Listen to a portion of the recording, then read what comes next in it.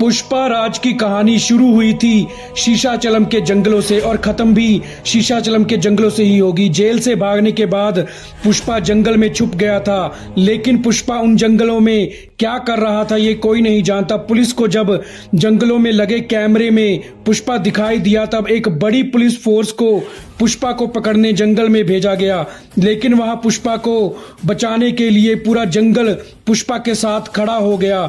मतलब गांव वालों के साथ साथ खूंखार जानवर भी पुष्पा को प्रोटेक्ट कर रहे थे। पुलिस वालों के हाथ पुष्पा तो नहीं लगा, लेकिन पुष्पा के दोस्त केशव को पुलिस ने जंगल में से पकड़ लिया और उसको अपने साथ पुलिस स्टेशन ले आए। पुलिस ने केशव को टॉर्चर करना शुरू कर दिया और उससे पुष्पा के बारे में पूछताछ शुरू कर दी। केशव हंसते हुए बोला कि किसी को भी पुष्पा नहीं मिलने वाला, बल्कि अब पुष्पा खुद सबको ढूंढ ढूंढ कर मारने वाला है। ये सुनकर सभी पुलिस वाले डर जाते हैं। आगे केशव कहता है कि अब पुष्पा जान गया है कि श्रीवल्ली को मारने में किस किस का हाथ था, इसलिए पुष्पा उन सबको ढूंढ कर मारने वाला है। अब श्रीवल्ली को किसने मारा और पुष्पा जेल में क्यों था, ये फिल्म की बैकग्राउंड स्टोरी से पता चलेगा।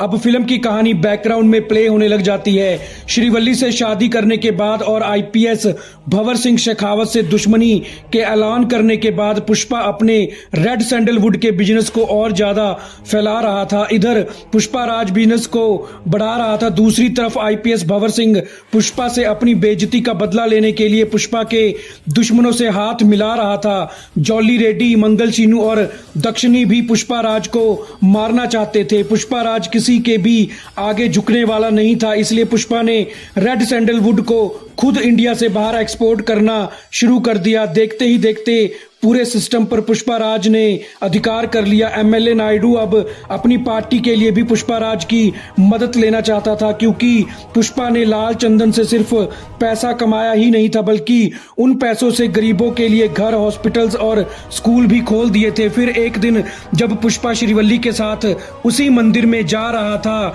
जिस मंदिर में पुष्पा ने पहली बार श्रीवल्ली से बात की थी, तभी रास्ते में पुष्पा की कार पर हमला हो जाता है। पुष्पा हमला करने वाले गुंडों को मारने लग जाता है। पुष्पा एक एक करके उन गुंडों को तो मार देता है, लेकिन श्रीवल्ली उस हमले में घायल हो जाती है। पुष्पा श्रीवल्ली को लेकर हॉस्पिटल चला जाता है। उधर डॉक्टर श्रीवल्ली को बचाने में जुट जाते हैं। दूसरी तरफ जॉली रेड्डी पुष्पा राज के सभी अड्डों पर छापा मार देता है। जॉली रेड्डी का भाई जक्का रेड्डी पुष्पा के लिए जो काम करता है, जब अपने भाई जॉली रेड्डी को रोकने की कोशिश करता है, तब जॉली रेड्डी अपने ही भाई जक्का रेड्डी को मार देता है। जॉली रेड्डी पुष्पा के सारे माल को पकड़कर पुलिस तक पहुंचा देता है। पुष्पा को इल्लीगल रेड सैंडलवुड को रखने के जुर्म में पुलिस हॉस्पिटल से ही पकड़कर ले जाती है। इधर श्रीवल्ली भी हॉस्पिटल में मर जाती है। देखते ही देखते कुछ पलों में ही पुष्पा का सारा बनाया एम्पायर तबाह हो जाता है। असल में पुष्पा पर हमला करना और उसके पूरे एम्पायर को तबाह करने का प्लान आईपीएस भंवर सिंह शेखावत ने जॉली रेड्डी, मंगल चीनू और दक्षिणी के साथ मिलकर बनाया था। उसके इस प्लान में एमएलए नायडू भी शामिल था। असल में एमएलए नायडू पुष्पा का इस्तेमाल अपने पॉलिटिकल कैरियर में करना चाहता था, लेकिन पुष्पा ने एमएलए नायडू से बोल दिया था कि वो गरीब लोगों को अपने फायदे के लिए धोखा नहीं दे सकता। तब से एमएलए नायडू भी मन ही मन पुष्पा से नफरत करने लग गया था। इसलिए पुष्पा के दुश्मनों ने मिलकर पुष्पा को जेल भेज दिया। लेकिन अब पुष्पा को अपने खिलाफ की गई साजिश के बारे में पता चल जाता है और पुष्पा जेल से बाहर आ गया है। इसलिए पुष्पा के दुश्मन डर के मारे कांप रहे हैं। पुष्पा का साथ सभी गांव वाले देने लग गए हैं। दुर्गा पूजा की रात को जब पुष्पा के सारे दुश्मन एक जगह पर इकट्ठा हो जाते हैं, तो पुष्पा दुर्गा माता का रूप धारण करके अपने दुश्मनों को एक एक करके मारने लग जाता है। पुलिस अपनी आंखों के सामने उन सबको पुष्पा राज यानी कि दुर्गा मां के अवतार के हाथों मरते हुए देख रही होती हैं, लेकिन कोई भी पुष्पा को ना तो पहचान पाता है और ना ही उसको रोक पाता है।